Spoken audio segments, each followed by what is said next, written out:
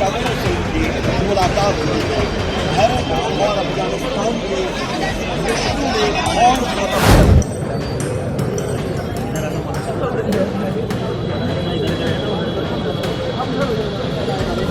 दरअसल धर्म को जब आप राजनीति के अखाड़े में अपना अस्त्र बताते हैं तो उस हथियार के दम पर आप विजय पताका लहराने के लिए सारी हदें पार करते हैं, है ना। लेकिन कभी कभी वो हथियार धोखा भी दे जाता है, जैसा गृहमंत्री अमित शाह के साथ हो गया। दरअसल उन्होंने खास तौर पर इस देश की मुस्लिम जनसंख्या के बारे में काफी कुछ ज्ञान दिया था। उन्होंने ज्ञान यह भी दिया कि पाकिस्तान और बांग्लादेश के हिंदुओं का अधिकार हमारी देश की सरजमी पर है।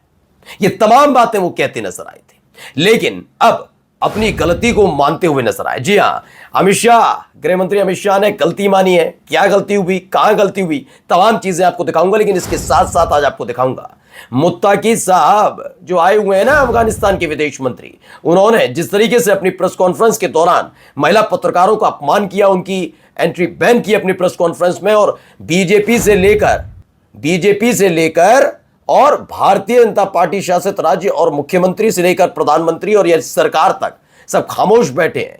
उसके खिलाफ अब कांग्रेस पार्टी ने झंडा बुलंद कर दिया है।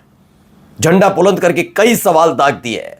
तो वही खबर आज आपको दिखाऊंगा ये भी कि कैसे सीजीआई बीआर गवई पर हमला करने वाला अब कौन कौन से नए बयान देकर चर्चा में बना रहना चाहता। आज मैं एक साफ बयान सुनाऊंगा, ऐसा बयान दिखाऊंगा आपको कि आप भी माथा पीट लेंगे कि वाकई इस आदमी में कोई ना कोई कमी तो है, कुछ ना कोई बात तो है। दिखाऊंगा वो, और दिखाऊंगा आखिरकार सोनाक्षी सिन्हा ने ऐसा क्या कर दिया जिससे अंधभक्त छाती पीटो कार्यक्रम में जुट गए। नमस्कार, मैं हूं प्राज्वल गौतम और आप देख रहे हैं the live TV. The live TV, सच सबसे आगे। सबसे पहले ये अमित शाह जी के दफ्तर से एक ट्वीट आता है, उसमें न्यूज़ 24 ने खबर बताई।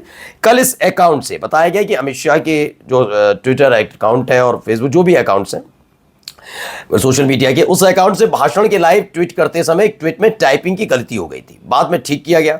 अमित शाह जी ने कहा कि 2001 से 2011 के बीच मुस्लिम जनसंख्या की वृद्धि दर 24.6% रही, न कि मुस्लिम जनसंख्या, जैसा कि गलती से पोस्ट हो गया था। इन्होंने मुस्लिम जनसंख्या बता दी थी 24.6% हो गई, जबकि इनका कहना था वृद्धि दर हमने बताया था 24.6% था। तो 2001 से 2011 के बीच मुस्लिम जनसंख्या, अब वो जो खुद तो लिख नहीं रहोगे अमित शाह, ये भी बात क्लियर है। देखो, ये बात जो सच है उसे बताना चाहिए। जबरदस्ती क्यों क्या है कि अमित शाह ने खुद ट्वीट किया ना, ये ट्वीट नहीं करते, बड़े लोग ट्वीट नहीं करते, इनकी टीम काम करती है। लेकिन जब टीम को ये पता ही है कि साहब कितना बोलेंगे और क्या क्या बोलेंगे और मुसलमानों की बात होगी तो क्या बोलेंगे, तो उन्होंने लिख दिया होगा।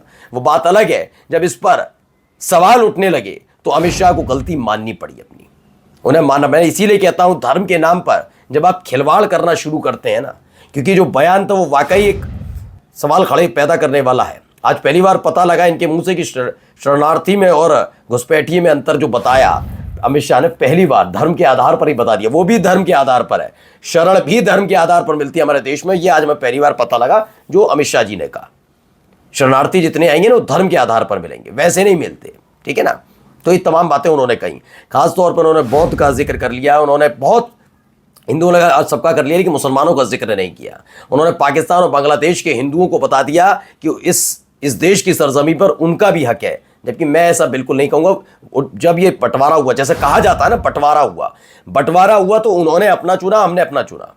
और इस देश के मुसलमान भी ऐसे थे, उन्होंने वहाँ ना जाकर, जबकि वो जानते थे कि पाकिस्तान कैसे बन रहा है, बांग्लादेश के इस्लामिक देश है, उसके बावजूद पाकिस्तान ना जाकर उन्होंने अपने इस देश को, भारत को ही रहना स्वीकार किया।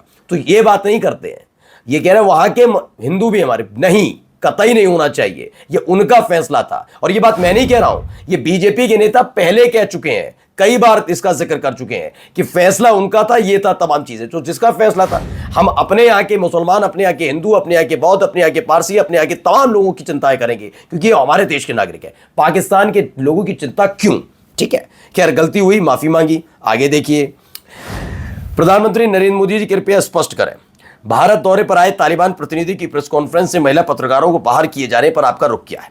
अगर महिलाओं के अधिकारों के प्रति आपकी प्रतिबद्धता केवल चुनावों के दौरान दिखावे तक सीमित नहीं है, तो हमारे देश की कुछ सबसे सक्षम महिला पत्रकारों का इस तरह अपमान होने कैसे दिया गया? ये वही देश है जिसकी महिलाएं उसकी रीढ़ है, उसका गर्व है। और सवाल भी उठना लाजमी है, क्यों? अब इनसे अगर अपने यहाँ की बारी बात करेंगे तो मुसलमानों में खोट बहुत नजर आता है। मुसलमान क्या करता है मालूम है? क्या करता है? 3 तलाक, हलाला, ये क्या करते हैं? सारे मुसलमान गंदगी फैलाते हैं, महिलाओं को बोलने नहीं देते, बुर्के में रखते हैं। बड़ी चिंता होती है। लेकिन अब हिंदू महिला पत्रकारों की चिंता नहीं हुई। मैं तो कह रहा हूं मत करो मुस्लिम महिलाओं की भी चिंता, हिंदू महिला पत्रकारों की तो कर लो, उनकी तो ठेकेदारी लेते हो। अफगानिस्तान के एक मंत्री अपने यहाँ के रूल हमारे यहाँ रूल कैसे चला देंगे? उनका कोई रूल है, वो करते रहे वहां। मैं तो कह रहा हूं आज भी प्रेस कॉन्फ्रेंस नहीं करते, मना करती सरकार की, क्यों प्रेस? ऐसा तो नहीं चलेगा, हमारे यहाँ ये सब नहीं चलता। आपके यहाँ चलता है तो आप प्रेस कॉन्फ्रेंस ही मत करो, लेकिन ये सब नहीं होगा जो आप ये सोच रहे हैं। क्या मोदी जी वाली टाइप की प्रेस कॉन्फ्रेंस करा देते, बयान दिलवा दे, खत्म, ANI सब में बांट देता, सब चला देते? क्यों प्रेस कॉन्फ्रेंस की? फिर प्रेस कॉन्फ्रेंस का मतलब तो समाएंगे ना, हमारे देश में हमारा कानून चलेगा ना। फिर कल तक कोसते थे तालिबान महिलाओं पर अत्याचार करता, तो आपने उसकी इजाजत तो हमारे देश में उनको दे दी एक तरीके से, और सवाल भी नहीं पूछ रहे हो। देखिए राहुल गांधी ने भी ट्वीट किया, mister Modi, when you allowed the exclusion of women journalist from a public forum, you are telling every woman in India that you are too weak to stand up for them. सही बात है, सवाल तो उठेंगे, पूछा तो जाएगा कि आखिरकार ये करने की इजाजत किसने दी, और इसके बावजूद अब तक एस जयशंकर बोल क्यों नहीं रहे इस पर? क्यों हमारे देश की सरकार नहीं बोल रही कि आपने हमारे देश में आकर ये गलत किया? आपके यहां चलता है, हम आपके देश में हस्तक्षेप नहीं कर रहे, जो करना है करते रहो, क्योंकि हम अपने देश में आपके नाम पर लगातार मुसलमानों के खिलाफ बोलते रहे, हम अपने विपक्षी पार्टी के नेताओं के खिलाफ बोलते रहे, आपका नाम ले लेकर कि तालिबान का समर्थक हो, तालिबान के समर्थक हम करते रहे। लेकिन हम आपके देश में नहीं बोलेंगे, और ना आप हमारे देश में आकर अपने नीति नियम चलाएंगे। बताओ, वो अपने देश का कोई कानून होगा उसे हमारे यहाँ चलाकर चलेगा, और इनको कोई लेना देना नहीं, कोई मतलब नहीं। चलिए, अब ये कहां चले गए? देवबंद गए हैं। मुत्ताकी साहब जरा देखिए। हुआ जा रहा है, देवबंद के तारीन पहुंचे हुए हैं और यहाँ पर अब छात्रों से उनकी मुलाकात हुई है। भारत और अफगानिस्तान के रिश्तों में और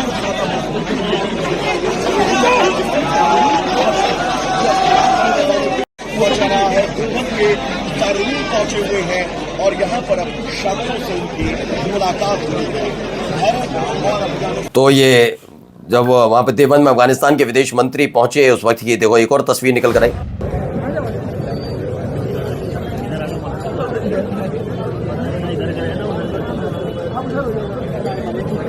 तो जहां उलेमा और मदरसे के छात्रों ने उनका गर्मजोशी से इस्तकबाल किया, ये खबर निकल कर आई। अब आते हैं भाई साहब पर। राकेश किशोर वकील, दलित हूं लेकिन सर्टिफिकेट नहीं है, दिखाऊंगा, डिग्री नहीं दिखाऊंगा तो सर्टिफिकेट नहीं दिखाऊंगा, ठीक है ना? अरे मैं पढ़ा लिखा हूं लेकिन मैं डिग्री नहीं दिखाऊंगा, डिग्री जो मांगेगा मैं कोर्ट चला जाऊंगा लेकिन डिग्री नहीं दिखाऊंगा, मैं दलित हूं लेकिन नहीं दिखाऊंगा सर्टिफिकेट। तो वही वाला है भाई साहब राकेश किशोर आ गए। अब इनका नया ज्ञान सुनिएगा। 90 के दशक में मेरी पत्नी मुरादाबाद में प्रोफेसर थी, हम वहीं रहते थे, वहाँ मुस्लिम आबादी काफ़ी ज़्यादा थी। उस वक्त शाम होने के बाद औरतों को घर से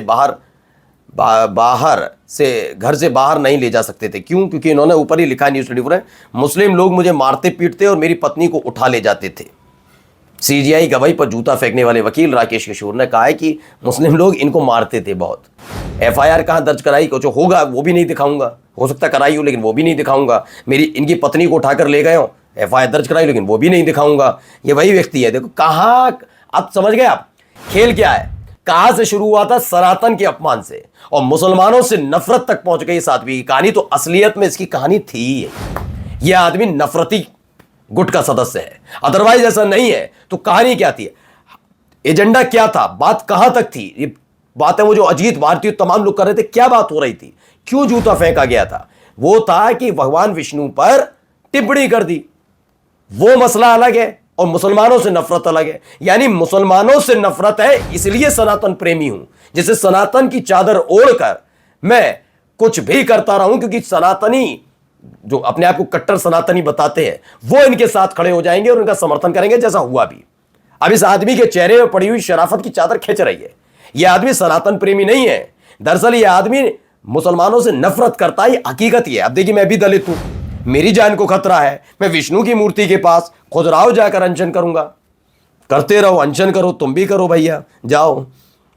देखिए एक और खबर आई, brother of Himachal Pradesh BJP Rajeev Bindal has been arrested for raping a woman.